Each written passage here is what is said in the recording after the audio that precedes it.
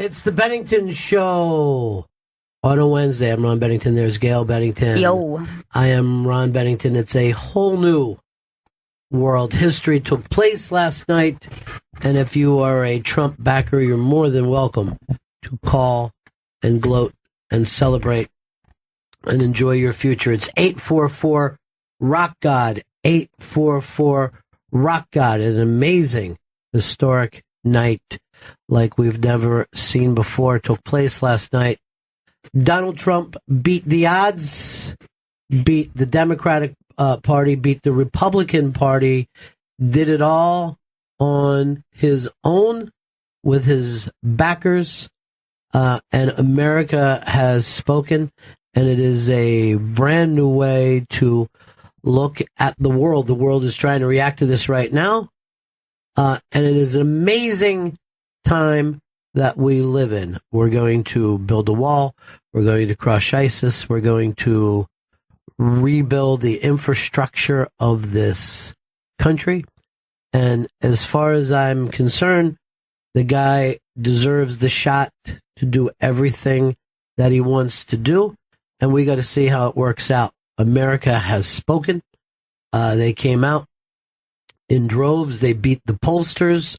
They beat everybody and all the experts who explained to us the history of American politics and the effects of American politics did not realize that they were living in an historical moment and everything has changed. This is a victory for people who claim that they're done with PC culture. This is a victory for people who believe that things can be decided and acted upon fast, that things are not that complicated, that you can react quickly and fix problems. This is a victory for people who believe that common sense is the way to go quickly and to turn the country around. And I absolutely 100% think, and I know to people who didn't see this thing coming, are going to feel very different than me, but I absolutely think that America has decided to give this guy the ball, and we got to let him run with it. Let's see what happens once this thing starts to turn around, because obviously the experts have no idea what they were talking about. I live in a bubble in New York City, and there's a great, there's a couple of great pieces that went up last night. One was our own Chris Stanley in the middle of it all. If you didn't follow him on Periscope last night, you're insane, because he was hilarious, and he was in the middle of the party, and he ended up on Fox News in the middle of the night. And then there's another piece that went up. I think the Interrobang shot it, and it was Times Square in complete silence as the people were watching the news. And just hit it for a second so we could hear the silence. You have never seen. I mean, this looks like one of those mannequin videos that is going around. The cars are just completely stopped. Everyone's looking up. It looks... And you see an amazingly red map. Nobody... First of all, most of the people thought that Florida would go Hillary's way. No one believed that Pennsylvania and even Virginia were in play for a while. Some people brought up Michigan, but it was much bigger. This is, when Trump said that this was a movement, he was 100% correct. Personally, I think this has to do more with the culture wars than anything else. I'll tell you something else that we're always surprised about here in New York City. When some fucking comic book movie opens up that none of us have seen or heard about, and it makes 150 million, and we're going, is it any good? And people are like, hey, you just turn your brain off, and it's really, entertaining. I honestly think this is the same effect that is happening today. And I absolutely believe, and I'm totally sincere about this, you got to let this guy try his thing. The people voted for this. This is America today. So I guess we're going to build a giant wall, and we're going to stop the Muslim, whatever these things are. This is what I'm going to be totally honest. I didn't pay attention to all the things Trump said. I didn't think he thought about them too much, but it resonated with people, and you got to let them rock. You got to let them roll. Gail, I know for you on the woman thing, not an easy night.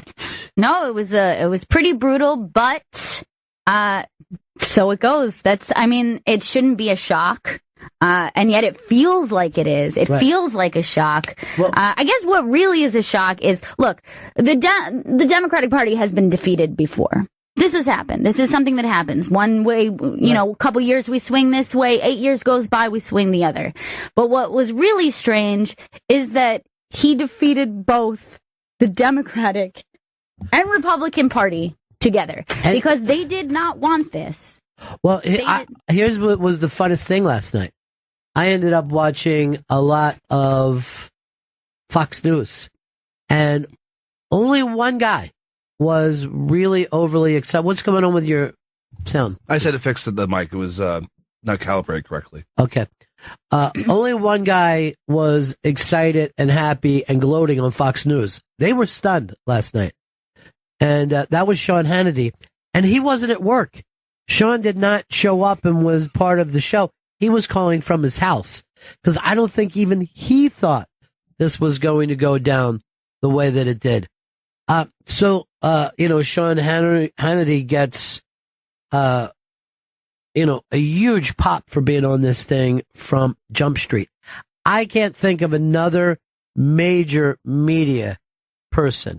I mean, a person with a steady job on TV who picked Trump from Jump Street.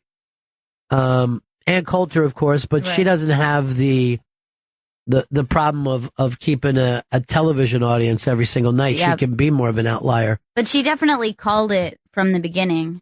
Are you cool with my mic? Yeah, it's good. Okay, cool. Let's jump into the phones a little bit. Here is Pete. Pete, what's up? Steve. What's that? My name is Steve. I'm calling from Florida. Steve from Florida. What's up? Yeah. I just want to gloat a little bit. I mean, when Trump first started running, I thought maybe he was a plant to get Hillary elected. With the fiasco of the whole Republican thing, I thought, there had been some shady backroom deals made, maybe to ensure her election. So the more I listened to everything, the more I watched the Republican flank, and the more I listened to Hillary and just all the stuff that came out about her, there was no way in good conscience I could vote for Hillary. Everybody I talk to at work, nobody's voting for Hillary. I talk to people at church, nobody's voting for Hillary. So it's just amazing to me how the pundits and the pollsters and the media got it so wrong for so long, and this just swept in like a whirlwind. So you said, if you want to call in and gloat, call in. That's why I'm calling. It's your day, buddy. Congratulations to you and the guys at work and the folks at church.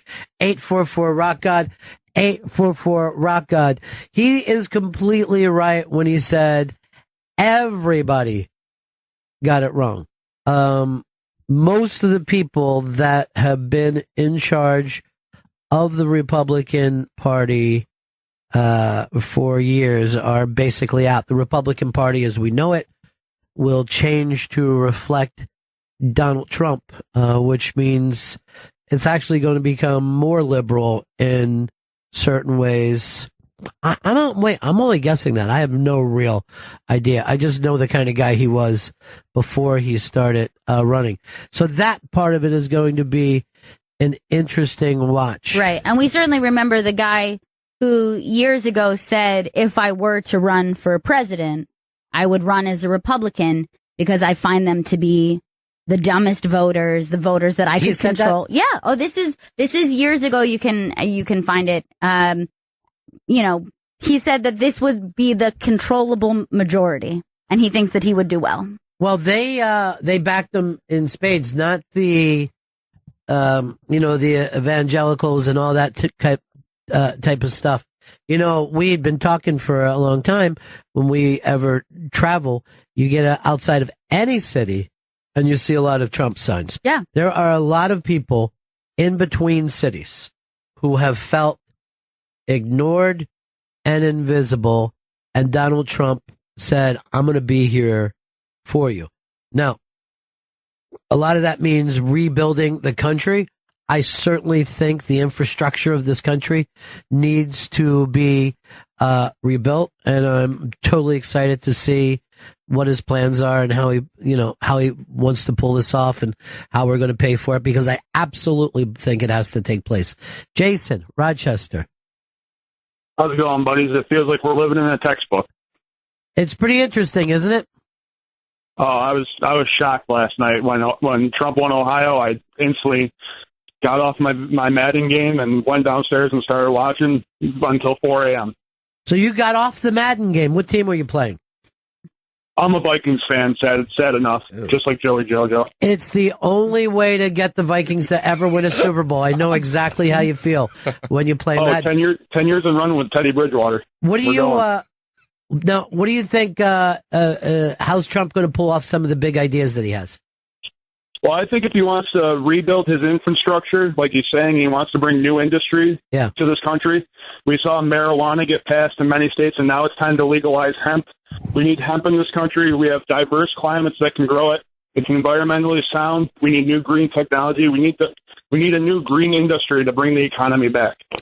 All right, so there you go. We can ship it. We can trade it. All right, this is good news for hemp. All right. Emmett, Canada. Hey, buddy, how you doing? Hey. I just wanted to say, I couldn't really believe what was happening last night, and I wish you guys down south the best. Hey, we wish you the best, buddy. Make sure you don't start your shit with us over the next. Just give us a little while. This is a fresh drug for us. Hey, Ronnie, you need a place to stay up here. I got you. Don't worry about it, bud. Well, it's going to be. From an international point of view, I am totally looking forward to see how this thing, works out. It's going to be fucking fascinating to see how the rest of the world deals with us. But I will tell you this. They will, because you have to. So how this works, and, some people are going to think I'm joking when I say this, but I wish Trump the best of luck. This is the plan we have right now. You know what I mean? This is the plan we have, and I certainly want the plan to work. Chris Stanley, you were in the middle, and because it's New York City, it was an amazingly small crowd where you were at Fox News, enough that you could get on TV. I think of Barack Obama 8 years ago celebrating in Chicago, and it looked like Woodstock. People came from everywhere. But Trump lives behind enemy lines in a way for himself in terms of politically. Not only did he not win New York City, he didn't even win his own neighborhood. He didn't win the people who know him. So his party last night was not televised. You know what I mean? I'm sure people in, parts of Oklahoma and the middle of Pennsylvania and upper Michigan were celebrating and, shooting off firecrackers or whatever. But in his home base, even when he went up to speak last night, it wasn't a great Trump rally. It was so anticlimactic. It was really weird because I went to the Hilton. I also went to the Trump Tower, and the biggest gathering people were outside Fox News. Outside the Hilton, there were more people watching the crazy Trump supporters, people just going nuts, than there were actually Trump supporters. But I passed a bunch of young hipsters of, I'll just say, a light brown color, dumped Trump in the streets today. A couple hundred people just wandering around with signs, and I'm like, you're a little late. You know what I mean? We already fucking launched the rocket. He got it. But the crowd that you were in last night, I don't think it was more than 500 people, was it? Oh, no way. No way there was more than 500 people there. It filled up that little square, barely. It's a very, we work right next to them. So Chris was out in the streets and you were wearing your Trump gear and you were hilarious. Is this up on the iBang or is it on our Twitter? I believe it's on our Twitter. Okay. And it's on our Twitter. And this is, they caught me outside of, all right, go ahead and play it. Are you surprised at all? Are you shocked? Or did you know that he was going to win? This is what should have happened. This is what we deserve. This is what America deserves. That chanting. First of all, let me just tell you something. That fucking charming smile of yours, that devilishly charming smile, I will never tire of. So Chris Stanley is part of it, and he announced that this is the America we deserve. I'm a deplorable, Rod. Yeah. This is the title of the video. Trump deplorable shed tears, rejoice in streets of NYC. I was doing neither. I believe that you were. I believe that you were doing both. After he did the interview with me, I was like, there's no way that's making that. I also said another part that they didn't put in, we were cucked out. Well, first of all, was it Trump cuck that you're a Trump cuck? Trump cuck, cuck the vote. I love the idea of being a Trump cuck for you. I don't want you to drop this. Americuck. Oh, Americuck is happening. Oh, fucking Americuck, everyone. Here's Charlie in Delaware. Charlie. Hey, guys. Yeah. I voted yesterday in Delaware and had business in Florida, so I drove down I-95. Didn't listen to any news. I'm a Trump supporter, by the way. Pretty well sure we were going to lose. So I checked into Daytona, turned on the TV, and was shocked. But I am thinking back, being from Delaware, wondering if Biden kicked his ass for not running. I was debating a couple of friends on this last night when they were saying that he ran against the one Democrat that he could beat. I disagree. I think Joe Biden would have lost last night. I also think Bernie Sanders would have lost last night. There's no way to prove it. But I'll also say this. You driving into Daytona is perfect because I kind of consider Volusia County ground zero for this feeling. And I live down there. But this thing that took place is a type of American who I think has felt invisible for a lot of years. There's a lot of people living on the edge for a long time, and they don't see in America getting better. They are pissed at the government, and they wanted to knee the government in the balls, and that knee is Donald Trump. I really do think this is the American people who have been pissed and conspiracy-minded, and they've been, PC'd and gay marriaged, and, there's been a lot of victories for the liberals for a while, and these people have felt beaten and beaten and beaten, and they said, Donald Trump, you're our hammer, and they used it. And I think this is, Chris Stanley might have been joking when he said it, but this is exactly the America that we deserve. By the way, before a million people call in, Carla Finch tweeted to me that the quote that I had read was faked. It was false, that was not a direct quote from Donald Trump. I had never heard it before. So yes. And congratulations, Carla Finch, to you on your victory, and all the women like you. Congratulations to you on your decision. I know that you're a little upset today, but I've been through a lot of elections, a lot of presidents. I lived through Nixon. I lived through Carter. You could go down to when things seemed like they were at their worst, and America does make it to the next election. And you do have to say, the vote has taken place. The people elected their guy. And I know that you think there was a lot of misogyny in this, and a lot of people may have voted in that direction. Women did. Well, yeah, women don't. Look, we had that young girl in here yesterday, Natalie, and she talked about when she played that game, women were her biggest problem. Women are the ones that made her change. Yeah. Because they don't, for whatever reason, women might think that there's a finite amount of whatever. I know it stings today, but life goes on. America made their pick. Donald Trump has promised a lot of things. And those people believed in those promises. And I honestly think that he deserves the shot to see that if he can deliver on those promises. That's the important thing to me today. Because I don't know whether he can or can't, but you could have said that about Obama, Bush, Bill Clinton, whoever it is. They come in writing those promises, and whatever they are, they've got to be able to see if they can deliver. I, for one, think what's ever good for America is good for America. You know, is he going to bring the industry back? Let's do it. Bring it back. These people that voted for him need jobs. They absolutely saw different parts of every state out there. Upstate New York, right? The middle of Pennsylvania, Michigan, Ohio. There's a lot of places. And maybe we can put to bed this conversation, this PC culture conversation, which clearly was not a problem. You know what I mean? It clearly was not an issue.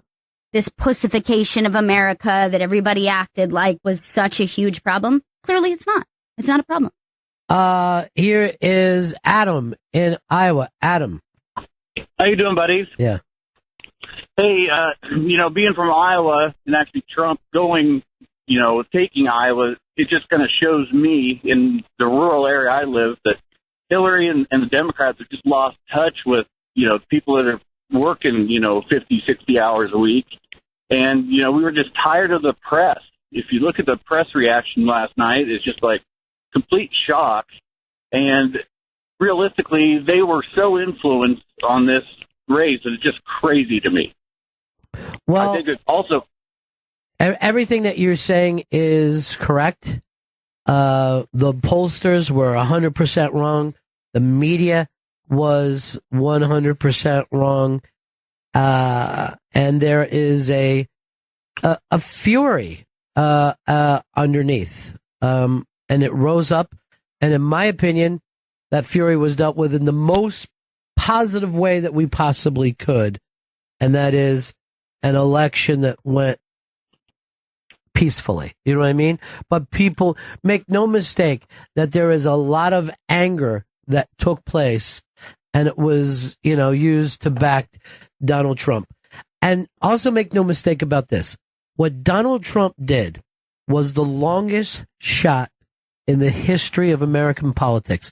He went in and beat 16 or 17 other people in the primaries, people that have been working in politics their entire life. Then he went in and beat the Clintons and the Obamas. He did it without a ground game, which is ridiculous. He did it based on just social media and drawing crowds, and nobody had seen that happen before. And the other thing about Donald Trump that you have to admire, I've never seen anyone in the history of the United States campaign as relentlessly as that guy did. He was out every single day for 17 months, flying around, hitting 2-3 cities a day. This is a guy in his fucking 70s. Most of us take a plane trip somewhere, and it takes us 2 days to feel fucking comfortable in the new town.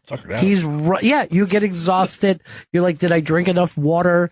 Am I eating enough protein? He went out, and I waited him to say, look, I don't need this shit. I'm a billionaire. I golf. I own things.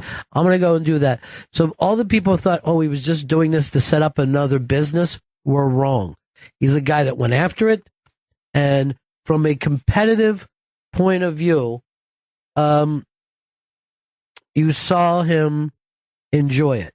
Now, the lock her up stuff, you saw that last night, was bullshit. He never meant those things that he said. Some of his followers did. So now we have to find out what else did he mean and what else did he not mean, and see if he meant enough that he's going to go out and do these things. But I'll say it one more time. I think he's got, and I think him every single right to go out and do everything that he promised to do. Here's Jerry in Canada. I'm way up north here in northern Manitoba, and we'd like to put an invite out. I'd love to have Katy Perry up here with them big boobs and nice butt or one of hers, and we'll take them all. You know, if they want to leave the States, we'll take them all. But I love the Donald, so I'm glad what happened last night. I hope it happens up here in Canada too now. Yeah, you guys look like liberal McWeirdos all of a sudden. Libtards. Here's Wayne. Wayne in Canada. What's up, buddy? Hey, Bennington's a long-time fan. Thanks. Hey, yeah, I'm of the same mind as you there, Ron. You know, I don't really hate to say it, but Gail, I think, is a little off-center there. This whole thing with the vote down in the States and even in Britain with the Brexit and all that, it's just indicative now of basically the common man, the general populace.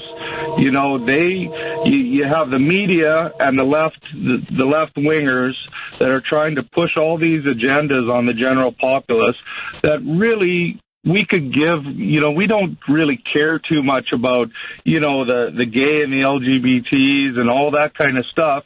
I mean, we live and let live for the most part, and as long as you don't bug us, it doesn't really matter to us.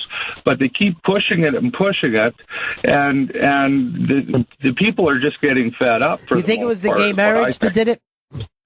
No, I don't think it was the gay. I think that was one of the tipping points. Uh-huh. But, you know, I think, you know, you see, it seems like nowadays that the political and the media, they've all become elitist. They all want to make the big bucks, like the celebrities and the sports stars and all this.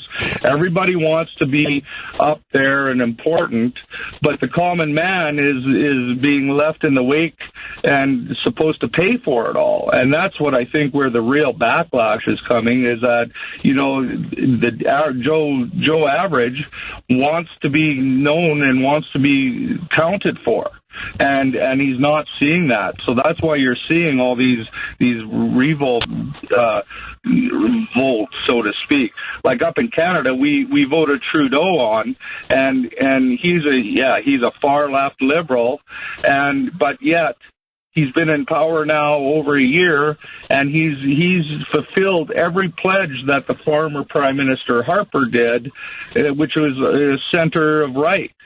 You know, he hasn't changed anything liberal, so it's all been lip service to get elected. And once they're in power, the pork barreling and all the rest remains the same. And I think that's where the people are starting to clue in. All right, I appreciate it, Wayne. I'm going to keep going on and getting some more calls, though. But what he's saying is, you know, the two coasts are different from the middle of the country. And if you go over to the Interbank today and read the tweets that were coming in from comedians, and these are all the people who do our shows. And when we go out and do shows, I always ask which way people are voting. And, you know, you were just as easy to find a guy with a rhino horn in New York City as you were to say somebody who said, I'm backing Trump.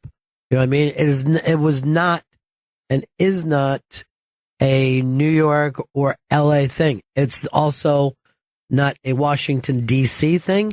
It's not a Chicago thing. It's not a Pittsburgh thing. It's not an Atlanta thing. People talk about red states and blue states, and what we really saw last night, particularly in a place like the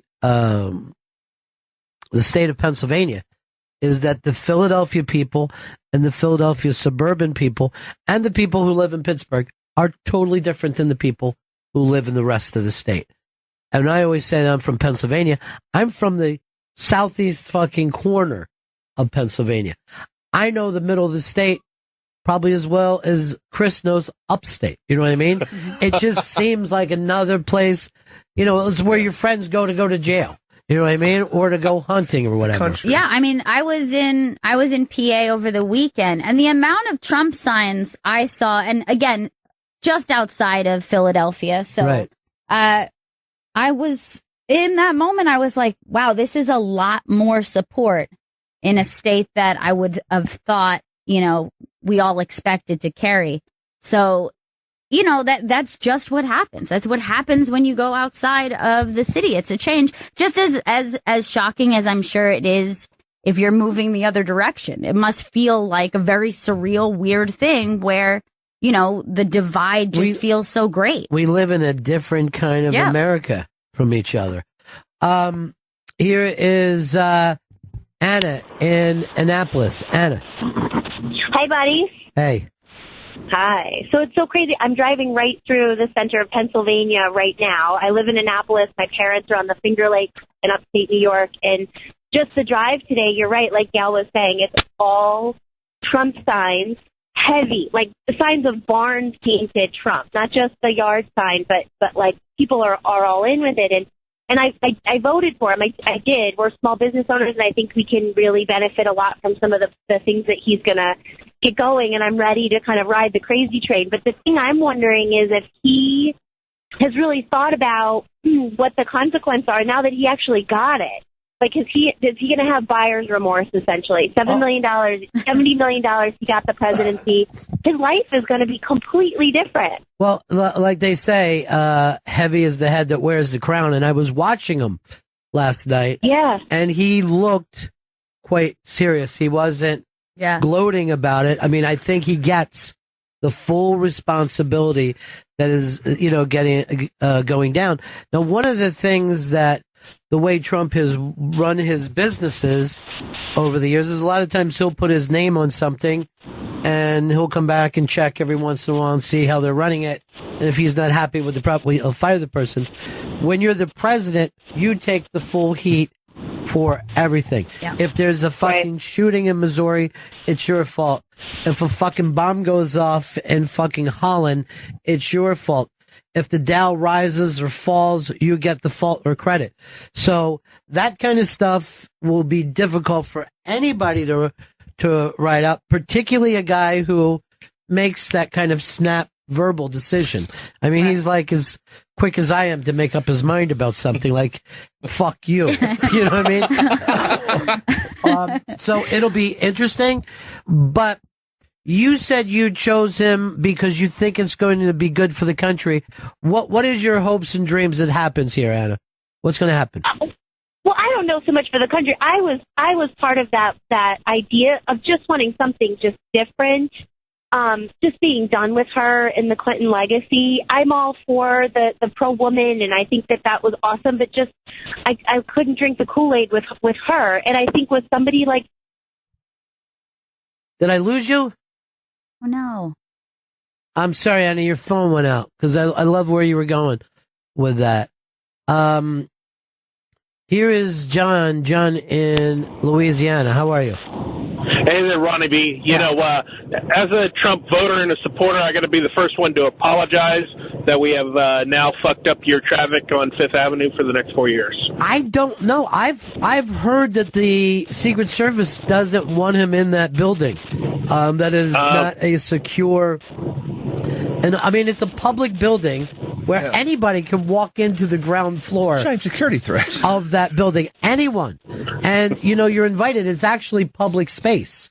The bottom of that building is public space, and it is. I don't know whether you want the president above the air on a non-escape place. That's what they call a soft target or whatever. And last night, all around there, every parking garage was just blocked off by the cops because they didn't want anyone being able to get underground, anything. It was fucking crazy. They had, and we had pictures of this, dump trucks filled with sand. Just block the entire block. The entire block.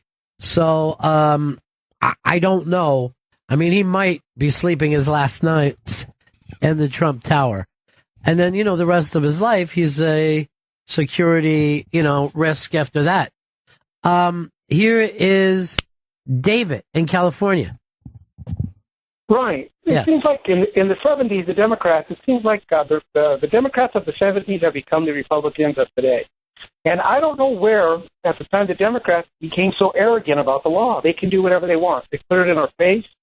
And the people, I think, recognize that, and they got tired of that. Well, I don't know what you mean about the law part of it, but the working man is the reason why I registered as a Democrat when I was a kid. They were the kind of people that voted for Donald Trump, working people used to be pro-union. And when I grew up, everybody's dad, except for mine, my father wasn't a union guy. I mean, he had been when he was younger, but he had moved up. But all the guys on my block, their fathers were union guys. It always seemed to me that the union was the best way for a regular guy to have a little leverage. Yeah. In the same way that you attempt, anybody tries to have leverage in a negotiation. So they lost that. It's gotten away from them. That should have been theirs. Trump has them now, but now he's got to figure out how he's going to serve those people. He's got to deliver. Because I got to tell you, and I brought this up before, look in any fucking factory and you see machines making machines. There's not the kind of jobs in a factory that were in a factory when my father was a young man. You know what I mean? A factory used to let out in my neighborhood, fucking thousands and thousands of guys would come walking out every shift. You'd see 3,000 or 4,000 guys go in, 3,000 or 4,000 guys go out. Next shift, 3,000 or 4,000 guys go in. So those were working places. These factories now, Elon Musk's factories, you every once in a while you see a guy walking around wearing a white fucking suit, checking on shit. But there's not people building things. Amazon's warehouses just have drones walking around, rolling around grabbing the packages. Chris in Charlotte. Hey, buddy. What's up? I wanted to say, I think it's really interesting that there's very much been a shift toward kind of anti-bully movement in this country. And I really believe that Trump basically bullied his way at least into the Republican nomination, if not into the presidency.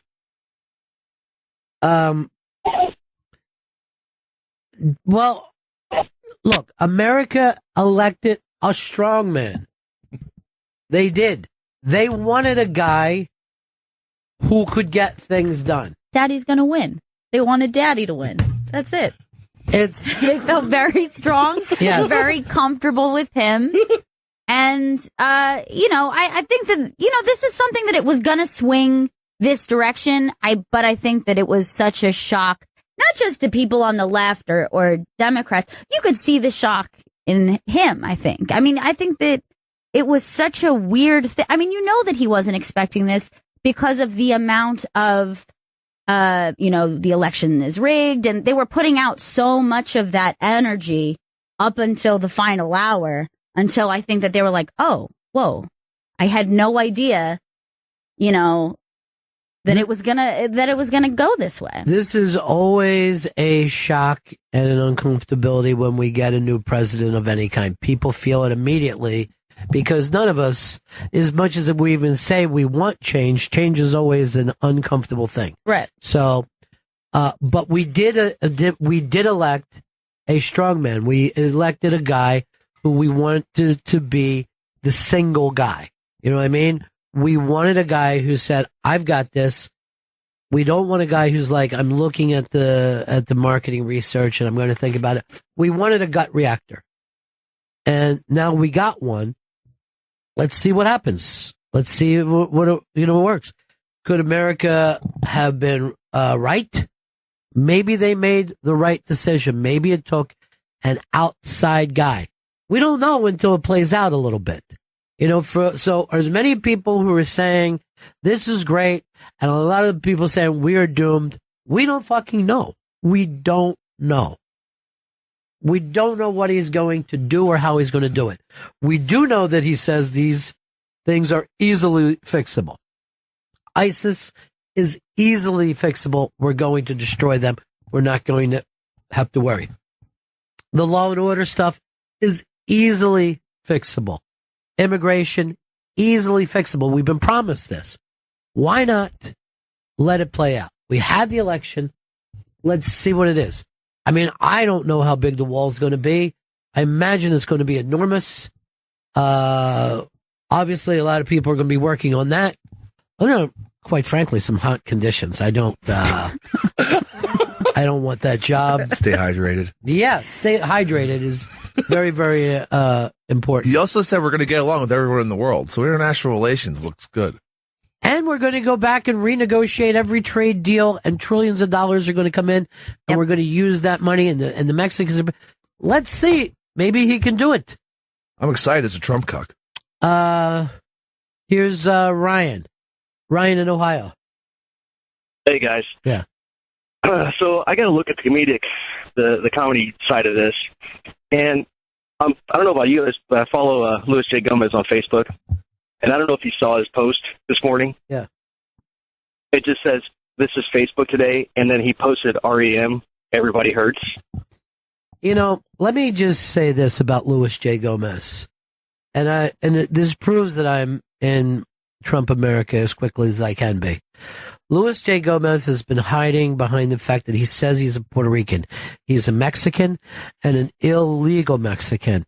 And I want him to be the first to go. And I love the guy, but I am ready for the brand new thing. These are the rules now. Yes. He's no Puerto Rican. That's bullshit.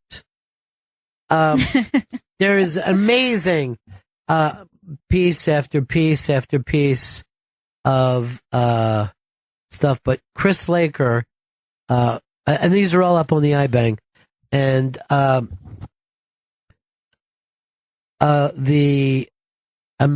Chris Laker, his tweet last night was, well, go ahead and read it, Chris. 11/9 could possibly be worse than 9/11. So that is fairly in the center of where comedians were last night. Sure. Most comedians were freaked. Well, you remember when I did that Unmasked with Andy Kindler in Canada, and I told him then I thought Trump could win. And he was like, no fucking way. Like he couldn't say. Those kind of emotions played out over Twitter. As a matter of fact, it got really ugly. If the iBang would have put up the amount of things that were cruel things that were said about little Baron Trump last night. Little sleepy Baron. They attacked that kid. They viciously attacked that kid. Some people, even friends of ours, also said that they believed he had raped people. He's a little pussy grabber. Here's our buddy Red in Canada. It's funny how many Canadians are checking in with us today. First off, I'll just say that personally, I think that Trump is maybe a refreshing change for the United States because what you guys have had going really hasn't been working well for you. He's really extreme, but it might be a refreshing change. I don't know. I'm up for saying where. The word refreshing. Yes. I guess it could be fresh a bit. Things have been logjam for a long time. They really have been. Let's see if this guy can't break the logjam. Let's give him a shot. So go ahead, Red. Right. If you remember yesterday, I phoned in and offered Gail to come to Canada. Yeah. And apparently last night, the Canadian immigration website crashed from apparently too much traffic, people obviously looking to move to Canada. Yeah, I saw that on CBS. I thought very seriously about that proposal. It popped into my head right away. I was like, what was it again? Parka, snow machine. I was like, I could get used to it, I guess. Healthcare. Right. Well, a friend of mine who doesn't wish to live a public life terribly freaked out about his health care. Yeah. I checked in with said friend this morning. How's he feeling? Not great. Not very good. Mm-mm.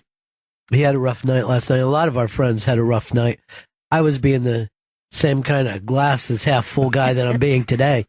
But I've seen elections. You know what I mean? Oh, I've seen elections. And like, that's another thing is that, you know, I came into adulthood during the anger and the backlash of a Bush America. Yeah. And I do know what that kind of stuff does on the other side. I do know the energy that comes with that. And I noticed that during the Obama administration. I was like, wow, this is a sleepy left. You know, a left that was not so quiet during the Bush administration. And it's very interesting. And that's kind of why things end up swinging back the way, just exactly how the Trump supporters feel today. We revved it up. We showed up.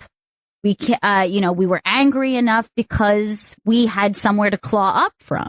This is something that happens, and you will see, perhaps, energy that will, maybe not show its strength till 4 or 8 years from now. Well, I will tell you this. I didn't see, and Trump had brought this up, I didn't see people, particularly women, in the streets for Hillary. You know what I mean? The other side was energized. Right. And not like the energy that Obama had. And I guess to my point is sometimes that happens after a loss. Like sometimes you kind of have to get kicked in the teeth in order to be like, okay, what do we have to do from here? It's unfortunate that that's the way it goes, and it's unfortunate for both sides that usually you have to come back from a loss. There was a surprising amount of women over at Fox News celebrating Trump last night too. And like black dudes. Yeah, that's because you're in Manhattan. But it's not a surprise because if you look at the numbers, when they say the women vote, what they're really talking about is women of color. White women vote Republican in majority, and they did. They vote for with their husband because they vote for the best angle. Most people vote for what works best for them personally. Right. No matter who else it does. And for women, their definition of personally oftentimes has to do with their family and their husband. Absolutely. They see that as personally. They don't see themselves as individuals oftentimes. They see themselves as their family unit. How many times have I tried to explain to people that the white man wants to rule? It's in our DNA. Yep. If something goes wrong, we go immediately. Hold on, everybody. Let's organize ourselves. There's always a white guy.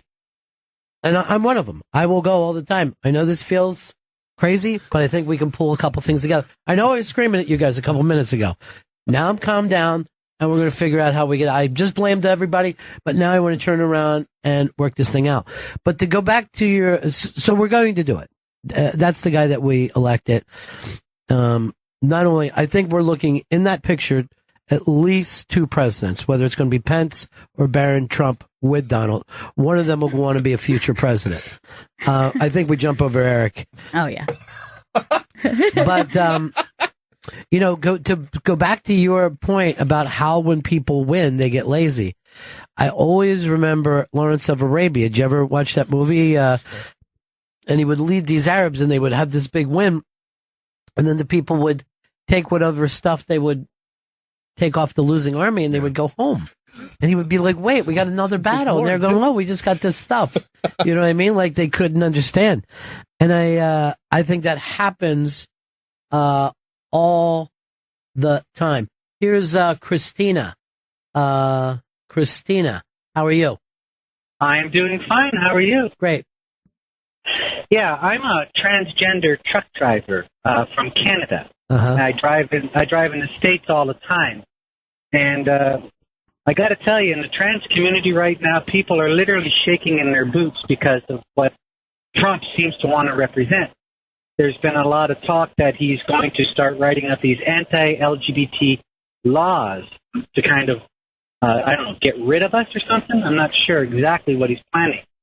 But people are also trying to tell me that he's for gay rights and all this and has built bathrooms in his casinos. But other parts I've heard that he's actually fully against us. Well, like I said, I live in Trump's neighborhood. I never saw him, he's a business guy, so he's not anti-anything. He's kind of pro-money. I've never seen him be anti-gay, and I would say, if I did, the transgender thing is such a new mainstream thing. Yeah. You know what I mean? That I think, I think a lot of people are ready to protect that community. I think a lot of people, if there was an attack, and I think Trump would see that immediately. What I'm trying to say is I don't think Trump sees that as an upside for him to go after transgenders. Yeah, I don't think it would be his target, but I also don't think that he's against kind of siding with anything that does him good. You know what I mean? If something like that proved to be a benefit to him, he would. In the way that everybody said, you're not going to get away with winning an election if you go after the Hispanic community because there are too many Hispanics in this country. And you can't attack women. You can't attack Muslims because now you're talking about too large of a group. Obviously, those statements that he made did go over well. But I think so. I do think that, like, if it is of benefit to him, I don't think it's off the table. Yeah, well, he does owe the evangelicals. There's no doubt. I mean, they came through for him in droves last night. But, you know, the anti-Muslim sentiments, I think he believes in them. I think he does believe in the, you know, pro-American border. You know, he's a security guy. I don't think that he, look, I'll just say this, Christine. If you feel like you're running in trouble out there, get a hold of us because we'll put you in people that'll help. But I don't see Donald Trump coming after you for any reason. I really don't.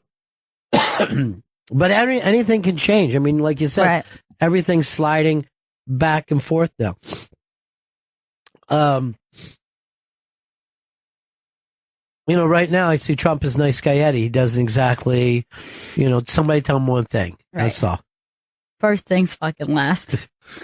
I don't know who has the diamond.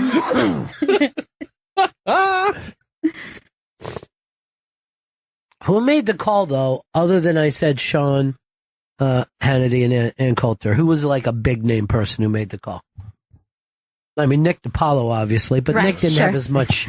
He didn't have as much on the line as those guys. Oh yeah, I mean, DiPaolo was the first. It was like, I see a Brexit situation that everyone called it on our show. Yeah, he said it's going to be like Brexit. Everyone's going to be shocked. You know, and he said, "Fuck the polls." He says the polls are bullshit. Yeah, that's exactly his sentiment. But he just brought up, like, look at the crowds Trump has. Look at him, and look at him versus Hillary. And he was out there constantly. That's what Nick exactly brought up. You know, Nate Silver tried to cover for himself today because he had it at 29% or whatever. I'm going to say this: fuck you, Nate Silver. Yeah. Fuck any pollster out there. You're all bullshit, and it's been dry. I've been saying for a while you can't believe any poll until you're like a week out. Oh yeah, there's no point. You couldn't believe any poll till after. I'm watching those guys who work the polling all the time on TV, and I was switching around. And then when they were trying to figure out Florida, and what they were saying is, it's not that Broward counties started to go red. It's that the red counties went redder than they even thought they were going to go. Right. That suddenly they went out and found new people. People who maybe stayed home. Or never voted before. Right. You know, or maybe young. But at no time did anybody see that kind of a groundswell. And quite frankly, it is, it's very, very interesting. Here is Chris in Houston. Chris. Hey guys, man, I'm floored by the nice guy Eddie comment. That was exactly right. And look, I don't like Trump. I voted for him, and he might be every bad thing they say he is. But what comes out of this to me is we get to rub the noses of the pollsters and the media and the left-wing celebrities who think they know us so well and who think they call the shots. We get to rub their nose in it. I mean, these were two terrible choices. We were one step away from two monkeys throwing shit at each other. Well, and this is what we got. We should be ashamed of these two candidates. Well, Chris, let's just slow it down there. I think that you are 100% right that this was about rubbing the nose of the media and the government and maybe even Wall Street. You know, I mean, I think it goes around that people who have been borderline living paycheck to paycheck wanted to say a big fuck you. I'm sick of this shit. I'm sick of not being able to get my fucking kid braces and feeling bad about it. I'm sick of my kid asking me for some kind of sneakers I can't afford. I'm sick of the fact that we're living most of the winter on deer meat. And I gotta fucking turn on TV and seeing people living better than me. This is the most peaceful way that revolution could have taken place. Because along the way, at some fucking point, a real revolution probably could or maybe should take place. So if this is a peaceful way of doing this, and now we have Donald Trump, who made a lot of promises, and I certainly think he deserves the shot. I'm going to go back to the way I started. He deserves the shot to see if this stuff works. If you don't think he deserves it, the people who voted for him deserve it. Let's see if he can shoot from the hip and run this thing, and maybe he can. Yeah. Maybe we give him the thing. Maybe we turn around and go, man, look at all the jobs, and we've got new bridges, blah, blah, blah. Look, we destroyed ISIS, and we've got this beautiful fucking wall, and look, the kids are down there, and they're opening up, you know, they're drawing art on the wall, and they're opening up businesses, and the wall is so thick you can barely hear the cries and pleas of the starving people on the other side of it. Perfect. Maybe that's, maybe it all works. I don't know. But why not give the guy the shot? The people voted for it. The people voted. Chris Stanley said it best. This is what America deserves. They got what they wanted. And, I mean, we have no other choice. So let's see you go. Let's be Americucks. Now, are we going to break first, Chris? We can break, yeah.